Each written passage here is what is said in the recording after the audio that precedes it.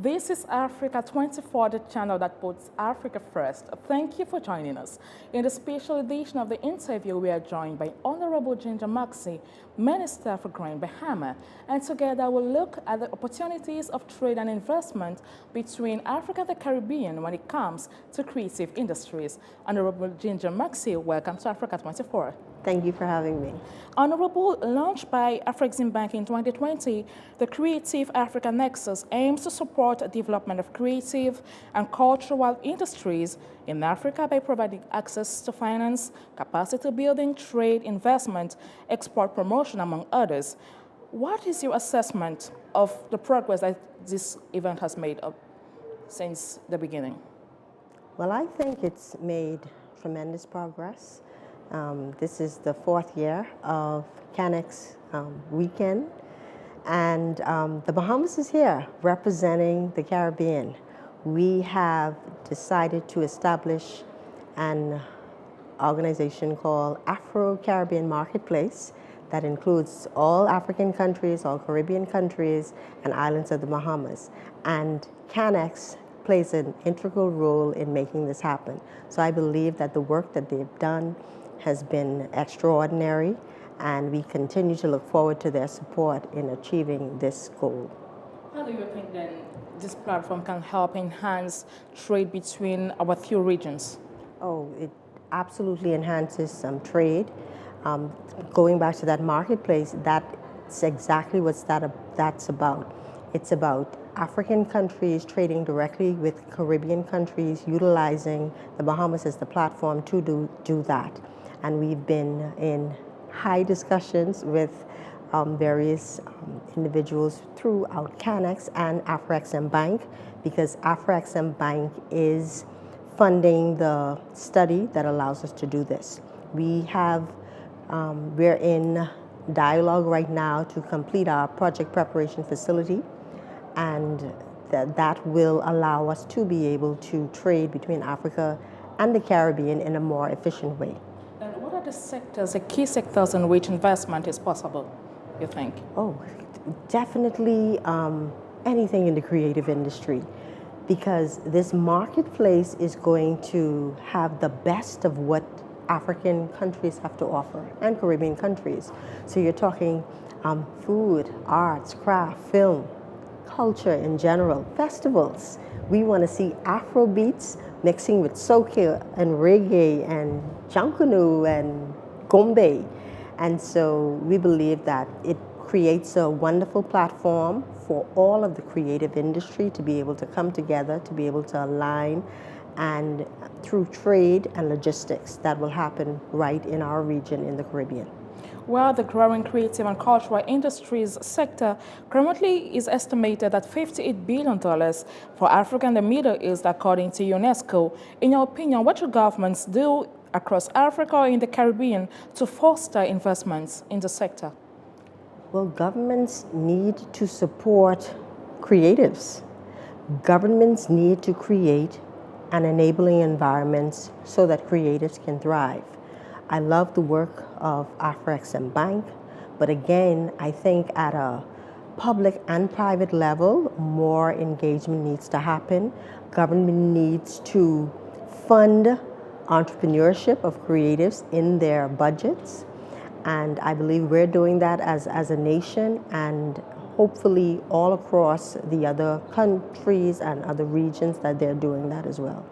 I know that in the Caribbean we have CARICOM, in Africa we are supposed to have the EFCFTA. Mm-hmm. How do you think that intra-regional trade can help create a platform that will enable our two regions to work more efficiently? And that is the key, intra-regional trade. We have to support each other. You know, we have to trade with each other first. And enhance how that works, because so often, you know, the goods go out and then it comes back into us. We should be working together so that we're able to ensure that we receive greater benefits from trade.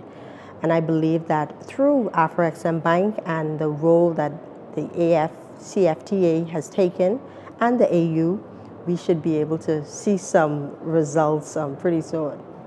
Well, culture is a major asset that African and Caribbean economies can draw on for development, and experts believe that it could have a greater impact if it is underpinned by education. How is Bahamas working to showcase more of its potential on the international scene? Okay, so the Bahamas, people love the Bahamas. They love the beautiful waters. They love the people. And the people is the culture. You know, the creative industry is huge in the Bahamas.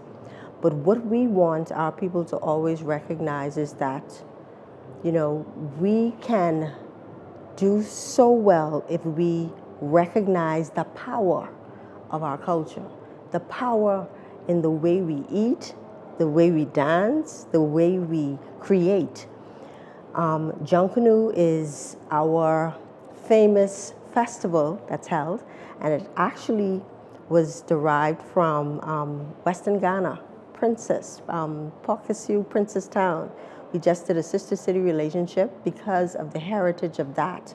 And we want our people to realize our strength and to be proud of it and to continue to produce.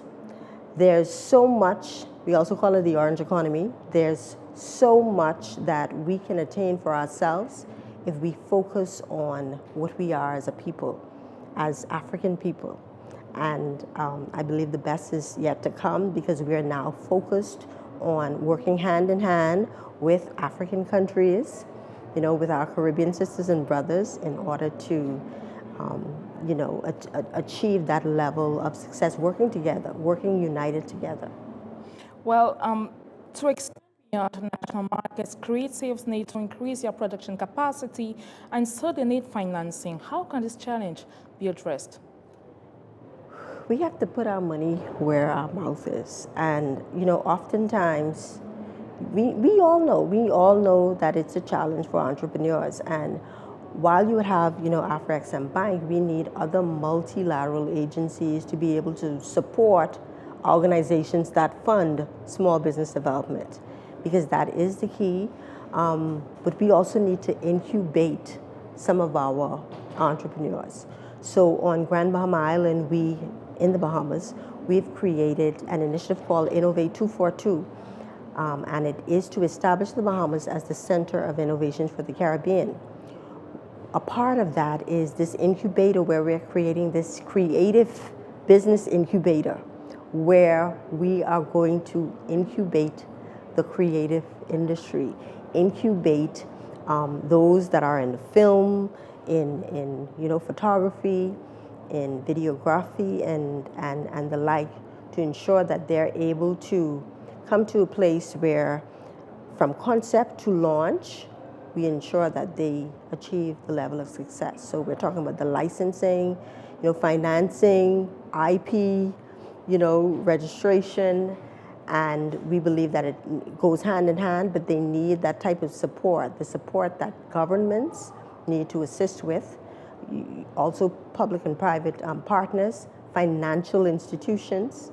And so we're going to continue to call on the financial institutions to be a bit less rigid in providing the resources that our entrepreneurs and our creatives need in order to thrive.